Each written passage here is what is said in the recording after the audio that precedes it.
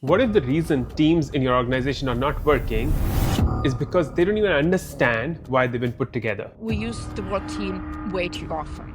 We overuse the word team. Most of organizational units are not teams. You have smart people, regular meetings, there's a common Slack channel. It seems to be that they're moving in the right direction, but still nothing clicks. It's not because they're not capable, but it is because their why is not clear. This is Daria, former Chief People Officer and author of the award-winning Clicking. She's built high-performing teams across continents, led through mergers, AI, different crises, and she says, If you are the leader, if you're leading a team, we don't need more heroic leaders. We need more empowered teams. So you don't need to save the world. in a world where AI is doing all the work, where AI is doing a lot of heavy lifting for us, There is a research, your brain on ChatGPT, that tells us that if we think it first and give it to AI, our brain stays engaged. But if we ask AI first and then try to edit and analyze that, our brain becomes disengaged far more quickly. the most human thing that you can still do is to build a team. Let's talk, what does it take for human beings to click together? Let's dive in. We live in a beautiful world where all of us are busy, we're very capable, and we're still overwhelmed. And today's conversation will not be about how do we do more, because that I think all of us are experts in, but it'll be about how we can do a little less and still do more. How we're parts of teams where we need to click with each other. And the person who I have with me today is Daria Rudnick, and she's been working on for the last couple of decades now in helping us simplify this work that she's been doing. Daria, welcome to the conversation. Well, thanks, Utkarsh. It's great to be here. I'm so excited to talk about this topic and teamwork. Absolutely. And as you were reflecting on this, and you and I had the intro call as well, Daria, team does not only exist in the corporate world, right? Team is a very multi-dimensional thing. So I'd love to explore that with you as well. And at the podcast, before we dive into our core content in a way, we'd love to know a little bit more about the guests. So the first question we start the podcast with is that if that 8-year-old Daria, the little girl, wherever she was growing up, if that Daria comes and meets you right now, what kind of a conversation do you think will emerge between the two of you? That's a super interesting question.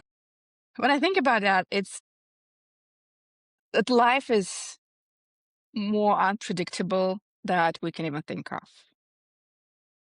We'll end up in places we never thought we will be. We'll face challenges we never thought existed. And we have so much more strength that we ever thought that we have. Being ready to unpredictable, accepting the future is great because it brings a lot of wonders. Challenges as well, but wonders. But it does not come naturally to the human heart, mind, or soul, right? That we're so seeking control on this uncontrollable, the future, that we live, I think, 50% of our life in the past and 50% in the future, and about 0% in the present. How do you see that playing out? Well, you're so right. Again, when we talk about corporate environment and teams, like feeling of I need to control everything. I need to control what people are doing. I need to control results. I need to control the future.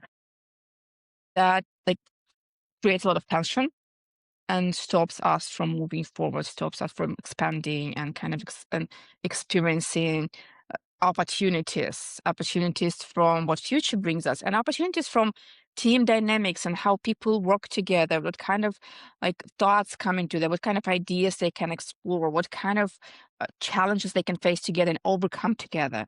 So kind of letting go of control is a very important skill we all need to master, and especially leaders. How does one do that? The million-dollar Well, question. apart from the leap of faith, the first thing we need to trust is we need to trust ourselves that I am the person who can manage those challenges. I am the person who, if something goes wrong, I can fix that. The second thing is trusting like in people you're working with.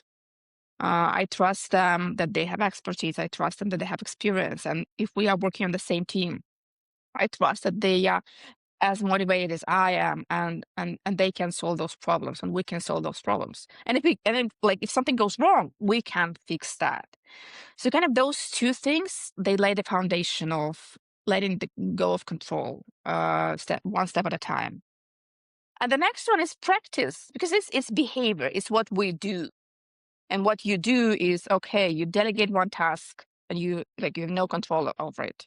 It might be some safe task. It might be some safe assignment that you don't check in, you don't control. If something goes wrong, I mean, it's okay. We can live with that. And doing this one step at a time, building this trust, building this habit, that's how we do that. So much wisdom in that short sharing, right? Because what you said was to be able to practice this art and science of letting go, what you need is to trust yourself that I got this. Trust people around you, that they're there to support you and you're part of the same tribe, and so you'll figure this out. And then just practice, because that's the only way behavior change happens. Love that. Before we dive into just, and I heard you speak about team in the corporate world. What does, like, if we strip away the org charts, the titles, the hierarchies, what industrial revolution gave us and what AI is trying to challenge today, what does a team really mean? Well, I love that question. And the reason I love it is that we use the word team way too often. We overuse the word team. Most of organizational units are not teams. If you're working together and you have one manager, it doesn't make you a team.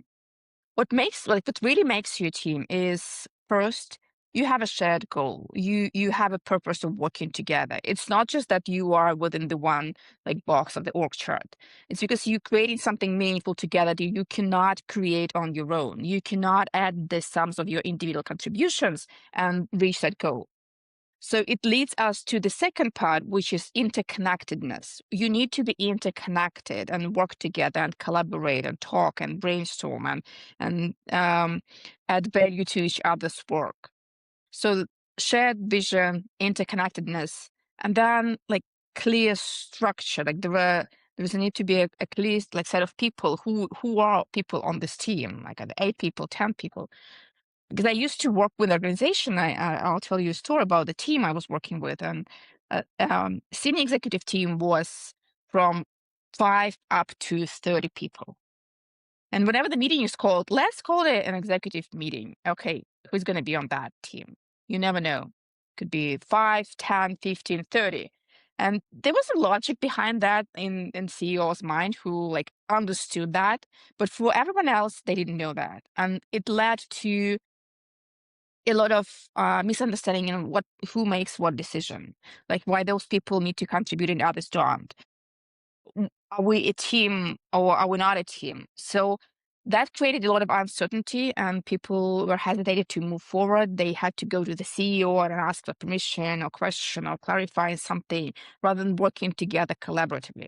So you need to be clear about, okay, who's on your team, why you connected, and how you contribute to the shared success. Got it. Got it. And if you were to move this out of the corporate state, like, you could now apply this easily to sports. That, for example, if I look at cricket, it's simple, right? There's a team. The shared purpose, the goal for them is to be the best that they are, or win the Ashes if you're looking at England, Australia, or win World Cup if you're looking at India. So the Indian and Australian both stay alive in me. And then you need to be interconnected with each other so that you're each collaborating, cooperating, supporting each other's victories.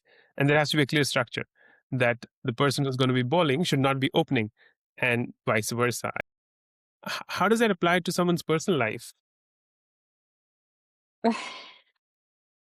I do believe we have those teams in sport, we have teams in corporate, but I wouldn't call a family a team, because family is not a team. Hmm. And whenever you're trying to bring this family analogy to corporate world, it kind of mixes things up together, because in a family we love each other no matter what. You can never fire anyone from your family. You don't have to be you don't have actually a shared purpose rather than just being together and enjoying each other and supporting each other and loving each other. That's your main objective. You're not reaching any particular goal. So when you bring this family analogy to business, you kind of mix things up. You expect dedication and devotion like you have in family, but you don't get back acceptance, like fully acceptance that you have in the family, and that creates, I mean, unrealistic expectations from everyone. So I really don't support it, and I know how hard it is to run a family business. But again, it's very important to be very clear. Here is the family issues, and here are the business issues, and here are how we deal with those issues.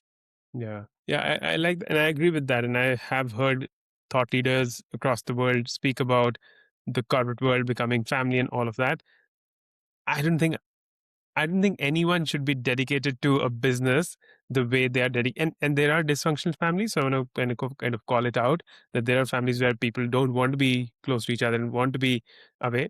But calling your team at work a family is doing underservice and disservice to all parts of that team. Yeah, yeah. Yeah. What I also feel is like in a team structure, there are all kinds of people, right? Different people come together and they're trying to figure out how do we work together. And there are a lot of people who I've seen, and I'd love your views on it, who feel like they're self-sufficient. They're the lone wolves. They'll take care of everything, and they don't really need the team or need to lean on to. How does that impact the team's dynamics? I love the question. Absolutely. I mean, there are people who don't need other people. The thing is, again, we all come back to the goal. Like, what is the goal we're trying to achieve? And what kind of people we need on that team? If somehow we have someone who's self-sufficient, why is this person even on the team? Like, what's the role? Like, why are they there? You need some external expert who will give advice when needed, or will you have some external professional who's doing their work and then adds to teamwork, and then team works with that and moves forward with it. So it all starts with, okay, what is the goal? What are we trying to achieve? And what kind of people we need to have on the team to have to do that? And at some point, not all the unit need to be a team. Like, you can have people who can do their individual work. They can be a group of people working together. They have fun together, but they don't contribute to each other, and that's fine because you don't always need a team. So it always comes to, again, to questions like, what is the main purpose of the team, and what kind of people you need to have. So two good questions to ask is, for anyone to become a team, what is the purpose of that person being on the team? And then second was, Like, what is the main purpose of the team? Like, what are we trying to achieve, and what kind of people and roles we need to have on the team to reach that goal? so a higher purpose, the structured goal of the team, and then what kind of people do we need to make sure that we achieve that objective? Yes. Interesting. I like that idea. Now, what I'm most intrigued to have us speak about is, what does it take for a team to click? What's the model? Oh, I love that. Well, I've been working with teams like since I joined the corporate, because we all work in teams, and I was very fascinated about, okay, how do you like what how do you make sure people feel well at work and perform well at work? How you can make those things work together so it's not either or, so it goes together. And I was lucky enough to work in very amazing team cultures. I was working for Deloitte. I was working for an international telecom startup with amazing culture. And I witnessed, I saw how strong culture and strong teamwork helped organizations overcome crisis. Like, I was working for a bank, and there was crisis 2008, and we survived that just because we were together and we knew what our goal is. Launching offices in other countries, going through mergers and acquisitions. I saw teams, and I was helping teams to go through that. And I also, unfortunately, witnessed teams who didn't make it because, like, they didn't have clear understanding who's on the team and what does a team, like, what is the team. They were dysfunctional teams, and those um, projects failed. So I came up, like, while working with those teams, I came up to the five pillar click framework, which is about, again, clear purpose. The first thing you need to have, like, what is the shared purpose of your team? Why does this team exist? And that's pretty obvious. I mean, you know that. I'm sure you know about that. The second thing is linking connections. That becomes a little bit more tricky because what I see in the modern world is that leaders who want to be good leaders, they build a lot of one-to-one conversations with their team members, and especially in remote settings, they want to help their teams succeed. They want people to feel well, and that's great. What's missing is that they're not connecting team members to each other. So this particular team member sitting somewhere in the office, like or at home, without access to office and all the people, the main connection they have is their manager, and they might feel lonely. While the manager has many connections, team members, peers, their boss. So what leaders need to do is connect team members to each other so that they have more conversations, more collaboration, and not just talking to their manager. So linking connection is very important. And besides, they also need to be connected to the broader organization, people they're serving, their internal customers. So that is the second, clear purpose linking connections. The third one is integrated work. And this one is super critical, super easy, but very often missed. When team have clear team norms and team rules of how they work together and how they operate, everything becomes much more clearer. A lot of frustrations, a lot of anxiety just go away because they know what's expected of them. They know each other's expectations. They know how to reply to the email, when to go online, when to have a video, like Zoom call with video on or video off. What is the good result look like? What kind of level of details they need to go to? Like all of those things that are important for the team. When you have that spoken and written down and kind of clear understanding what's expected, the work becomes much more smoother, easier, and enjoyable. The fourth one is collaborative decisions. When teams just make decisions together, not all decisions need to be made by the manager. People can make some decisions together. Some decisions can be made by individual contributors. And finally, knowledge sharing and feedback, how you grow together and how you learn together as a team, how you get feedback, how you collect feedback, how you give feedback, all of those things, how you learn together. So when you have clear purpose, linking connections, integrated work, knowledge, collaborative decisions, and knowledge sharing, your team will click.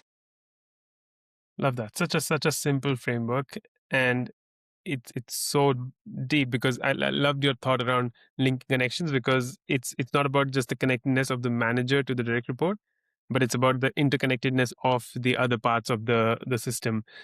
Let's go through them one by one. A few questions have been Yeah. popping up in my head. It seems such a no-brainer, right? That teams should have like a clear purpose, should have clarity on what that objective is. But so many times you see that teams are trying to operate in silos. There's no clear understanding of what we're trying to achieve. One person is going in direction A, the other is going in B. What happens in those moments of dysfunction? I can tell a story. I was working with the senior executive team of a manufacturing company. The CEO and the owner reached out to me and said, "Okay, we have a lot of conflicts on the team because people, like you said, they don't collaborate. They argue a lot. There are a lot of conflicts." So when I came and we started having those conversations all together, it actually happened that they were all very much engaged. A lot of people are engaged in what they're doing. They want their team to succeed. They want the organization to succeed. They want to be part of something successful. The thing is, they just have different understanding of how that success can be reached, what will lead them to the success. And since teams don't have that conversation around the how, and that is the reason they might have conflicts on the team. How do we reach success? How we make goals? How we like what would success look like? Because everyone has their own vision of success. So the first thing we did with that team is we actually had a clear statement on what success would look like for their team. And then how are we going to reach that success? That's again, that sounds obvious. You have a vision, you have a strategy. And at some executive level, some companies have that. I mean, not all, but some do that. But they don't have it on the team level.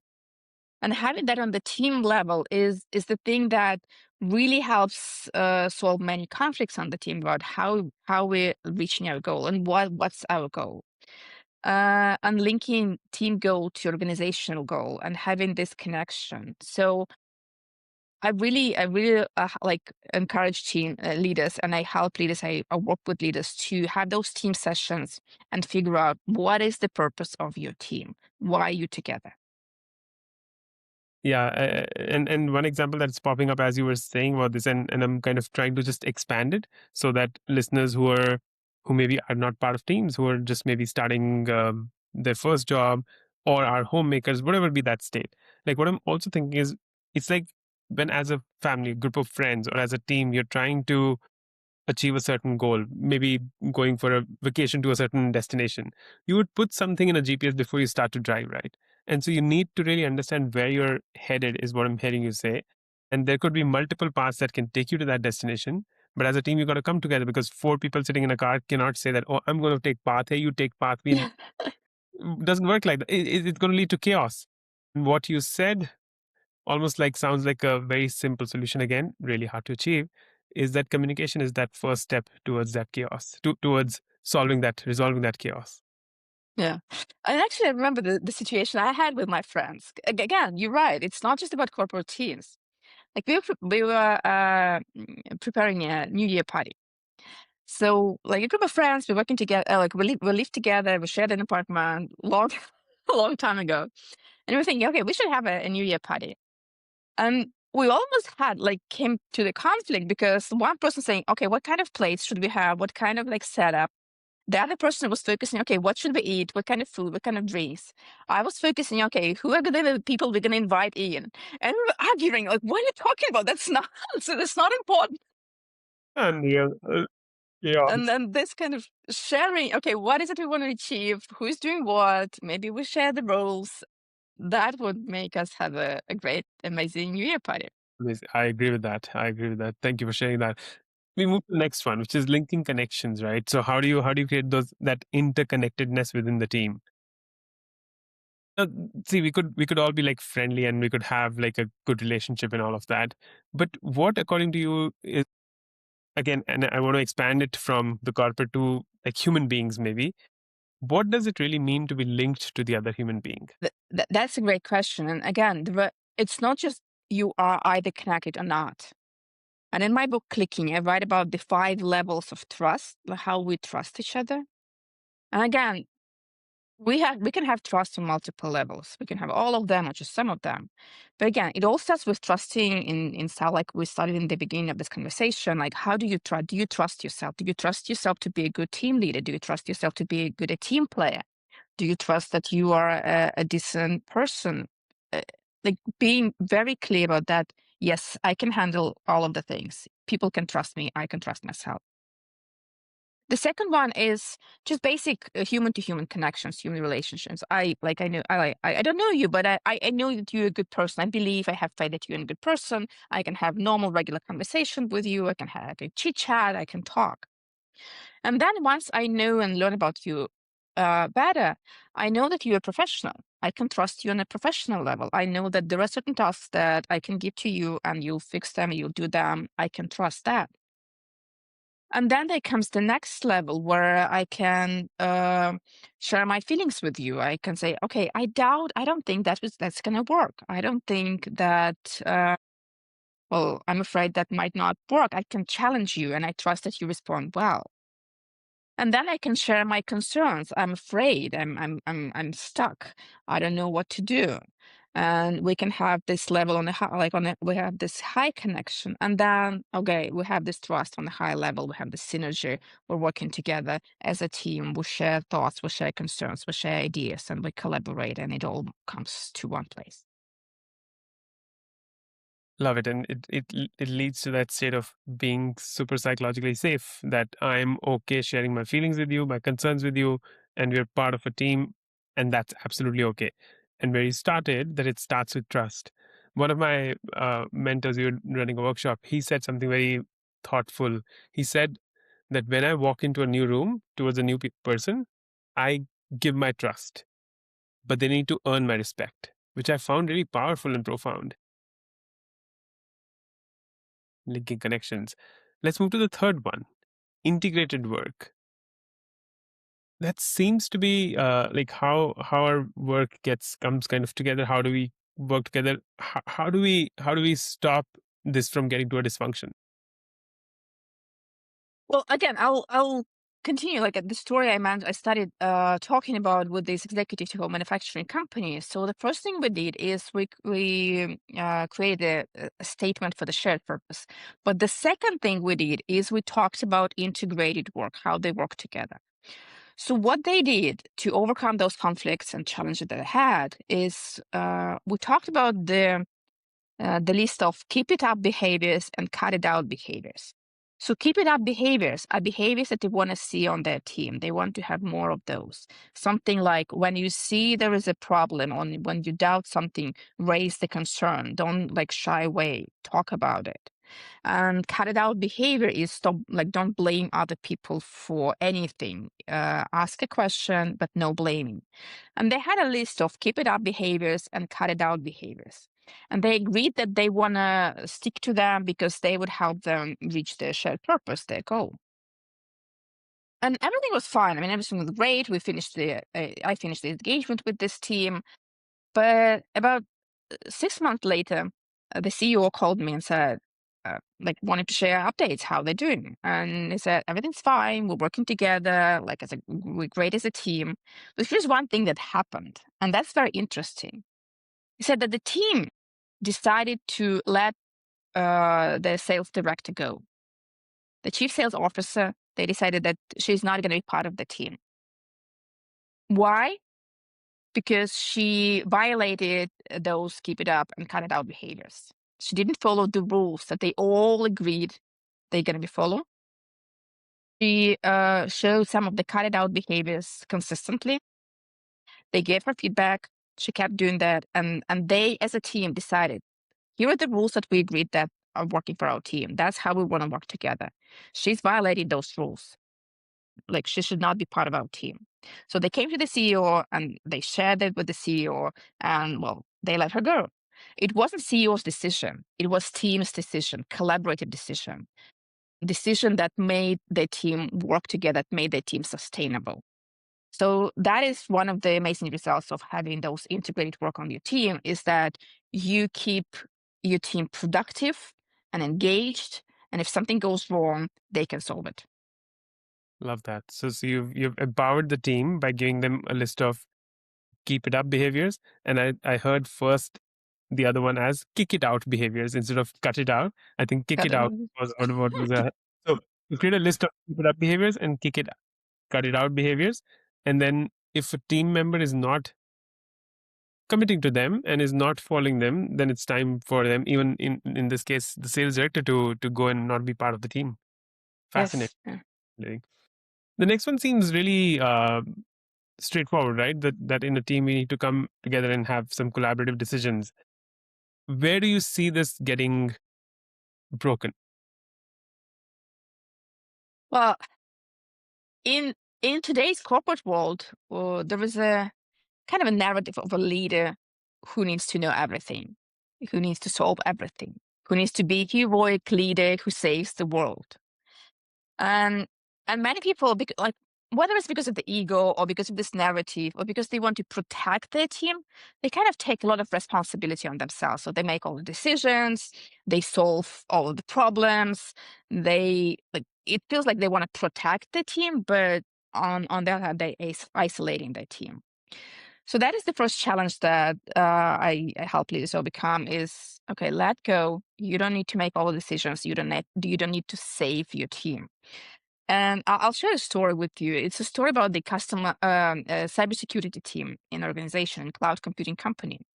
And they had a great leader, and she wanted to protect the team members. So what she did, she was communicating about all the like mistakes that team made. She was communicating about all the goals. She was a go-to person in the company to solve problems, to make decisions on the cybersecurity topic.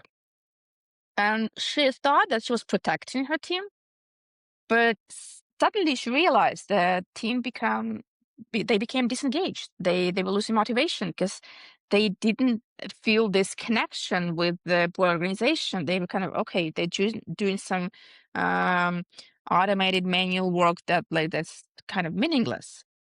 So what she did instead, like what we did to reverse that, is she stepped like aside and she let the team members go out, talk to stakeholders, make some decisions on their own in their area of expertise.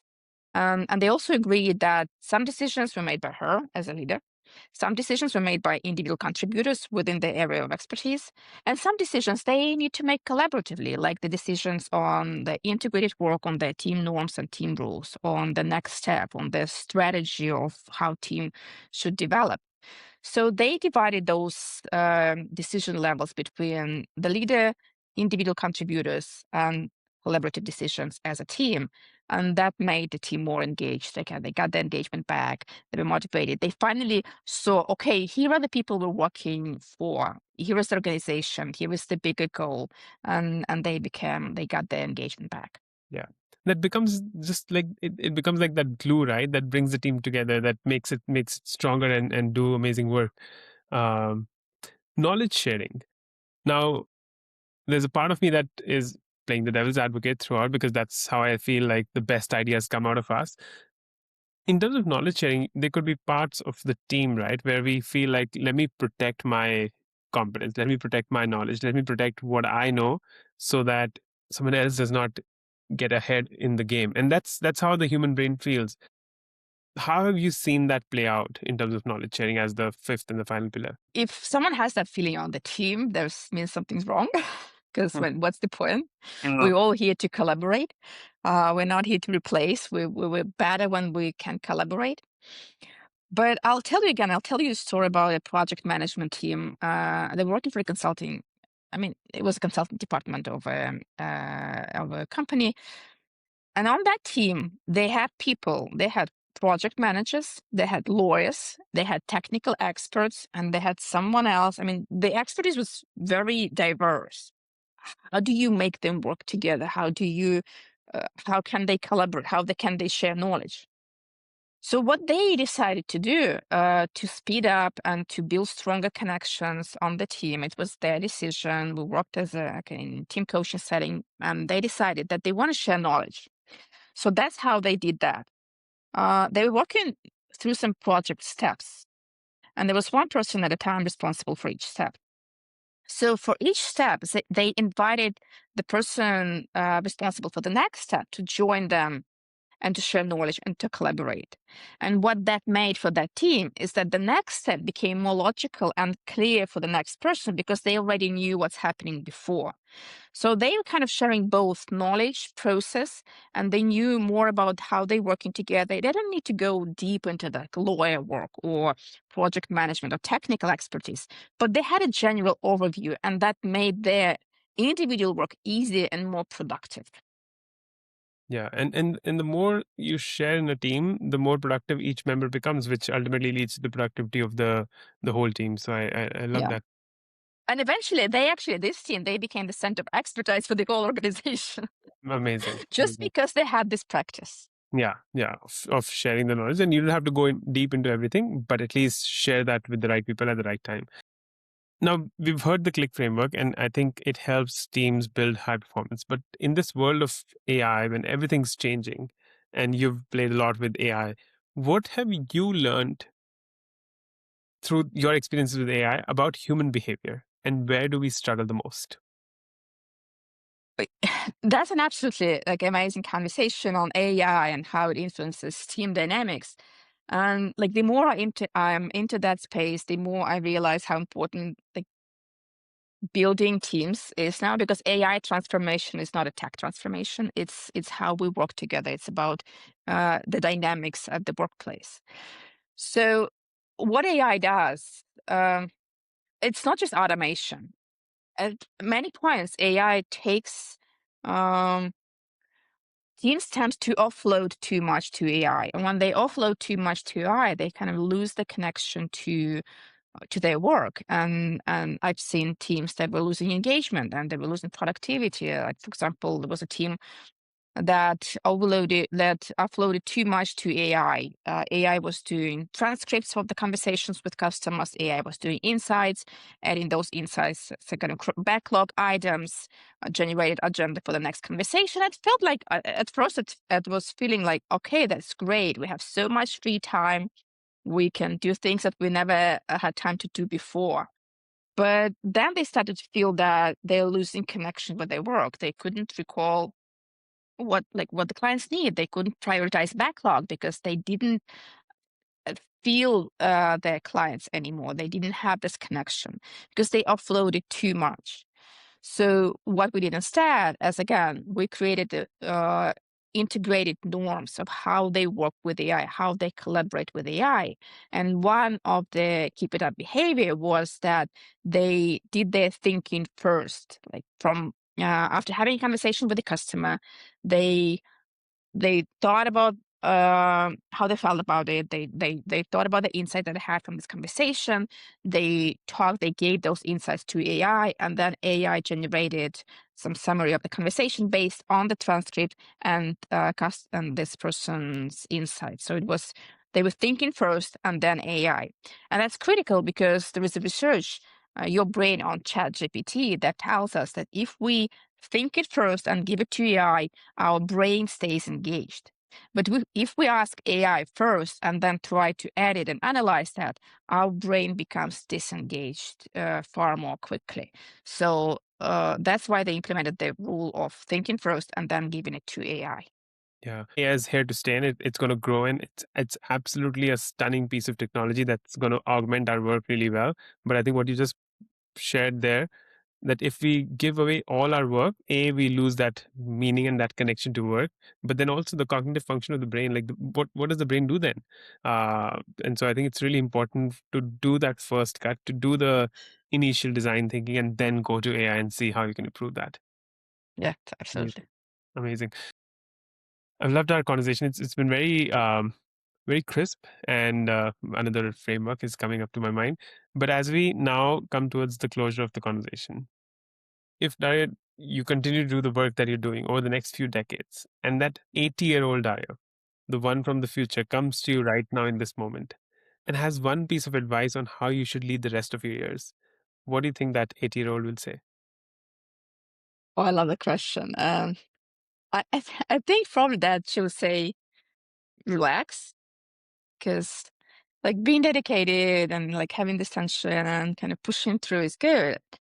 But if it's too much, you kind of lose what's going on right now. Like you said, being in the present and experiencing the present, and you need to be more.